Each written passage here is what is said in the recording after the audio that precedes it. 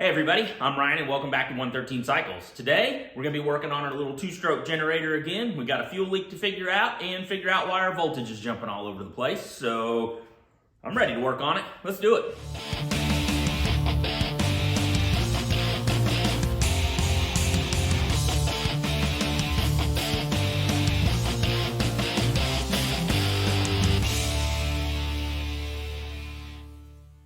Alright, if you didn't see the first video, there'll be a link to that or it'll be down in the description, one of those. But I'll give you a quick rundown.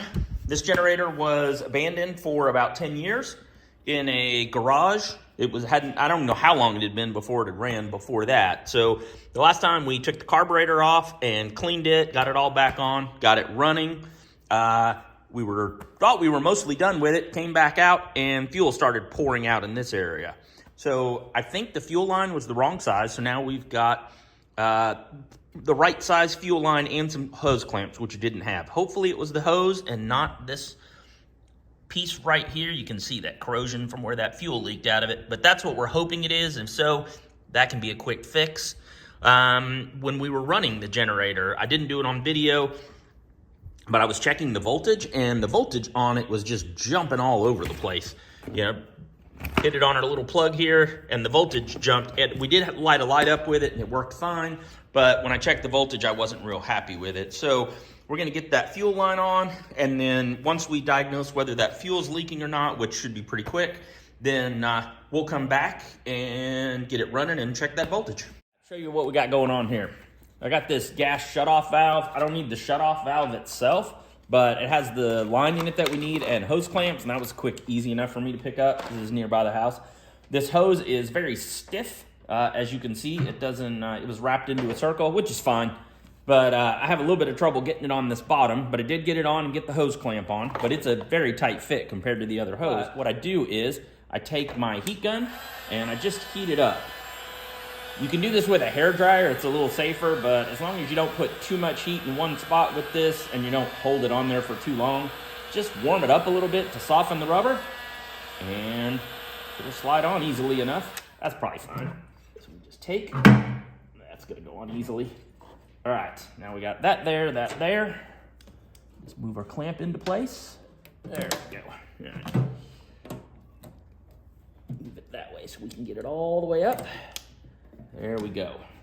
I put the generator in a pan so that if this leaks, the fuel will only go in there and not all over the table and the floor and all that stuff like we did before.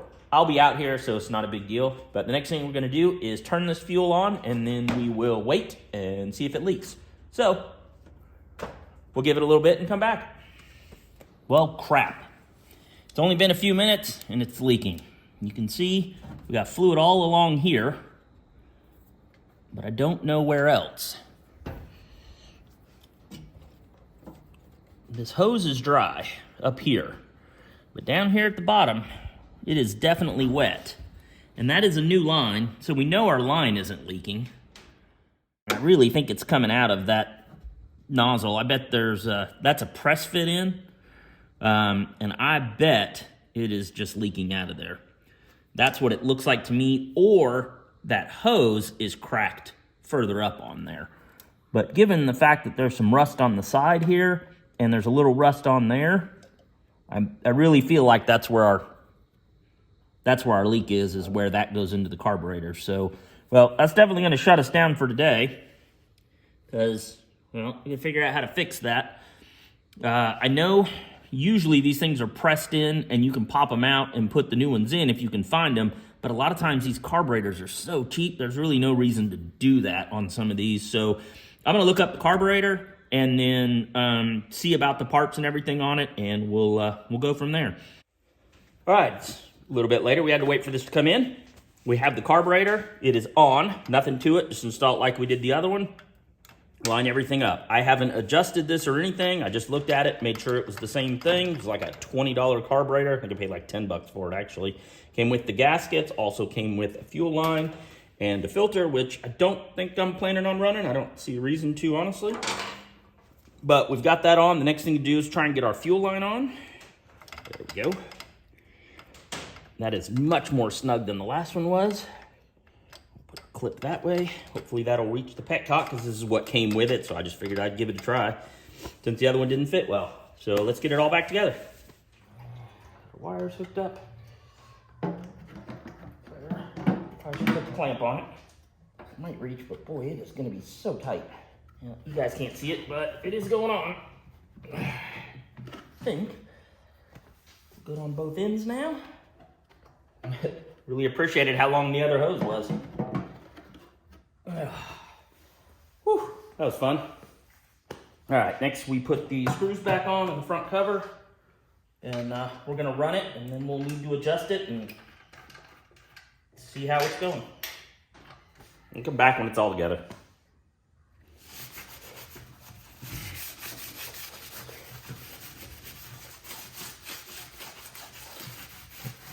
Just a quick wipe down.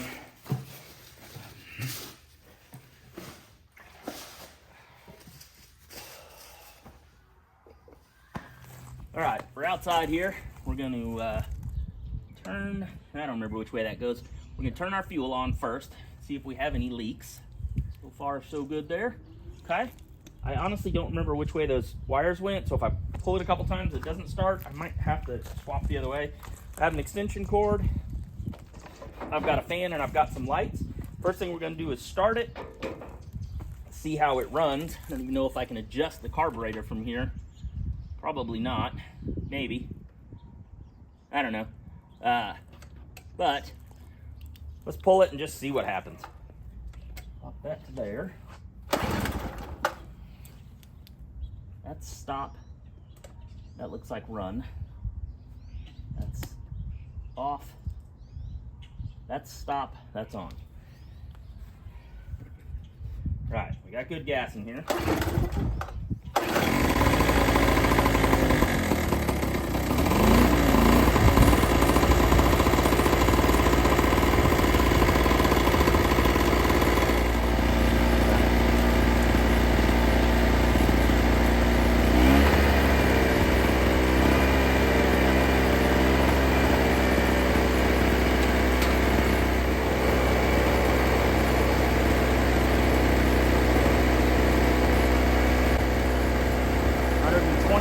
Volts. So I'd say that's pretty good. Crank it down just a touch.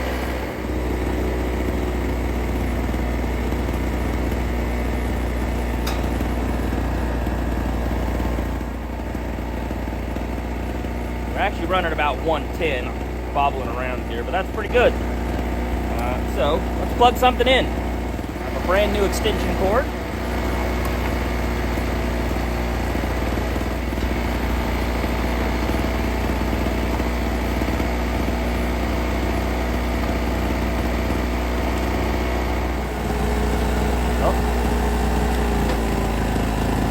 Hear the generator drop. The adjustable fan, as I turn it down, it's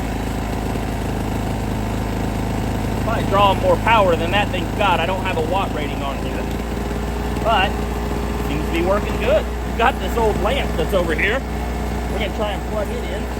Well, it's probably a bad idea.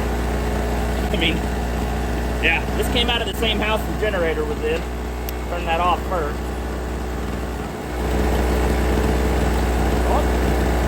There we go. Ta-da, we got light. See? What happens when we plug both in?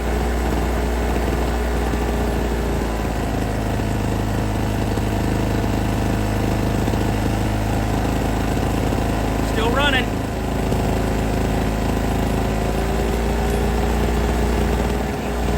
There's our light. Turn that off, unplug it. Does work though. About 120, so that's great. I'm trying the Hertz next to see what it's putting out for that. I'll have to do some research because we're shooting at 250, which doesn't seem right at all. I believe this runs 60, but I'll have to check, and it's really jumping around as you can see. It started out at 60 and then it just went haywire. We know it's working, we're putting out power. We've got correct voltage on it and everything, so yeah, I'm pretty happy with it. And yes, 120 volts at 60 hertz is what this should be putting out. It probably is, I don't know. We're gonna let it run for a few more minutes though. Well, you may have noticed we had a little bit of a pop going on when it was running there. It wasn't bad, but just a little bit more than I wanted it to be. So we changed out that gasket on the carburetor. It's running great now. No pop, it's more even now. It's not as much fluctuation, right around 120 volts. It does have, 4 or 5 volts either way that it kind of goes. There's a screw here on the side you've seen me adjusting. That's like an idle adjustment basically, I guess. And that kind of ramps it up and down. I don't have a good, my multimeters are good multimeters, but they're just not good at measuring the hertz on these. I did a little research and that's pretty common. So I don't have a good way to measure that, but like I said, we're running the right amount of volts on there and stuff. So always run a surge protector with this, and hopefully we don't have any issues with it. This is not going to be charging any sensitive electronics or anything like that. So, this is a fun project. We don't have much money in it. It's running great now, so we've got ourselves a generator to take out camping. If we can take trips or anything like that, it's small, easy to throw in the truck and take somewhere. So, wow, we saved this thing. It had been abandoned for at least 10 years. We don't know how long it had been run before that. Had some gas in it, but we cleaned it up. It's ready to go. So, go find something and fix it up. It doesn't have to cost you anything, and this was very cheap, just a little bit of labor. So, appreciate you guys watching. Remember to like the video. That definitely helps out. Subscribe if you want to see us do some more stuff. And, yeah, thanks for watching.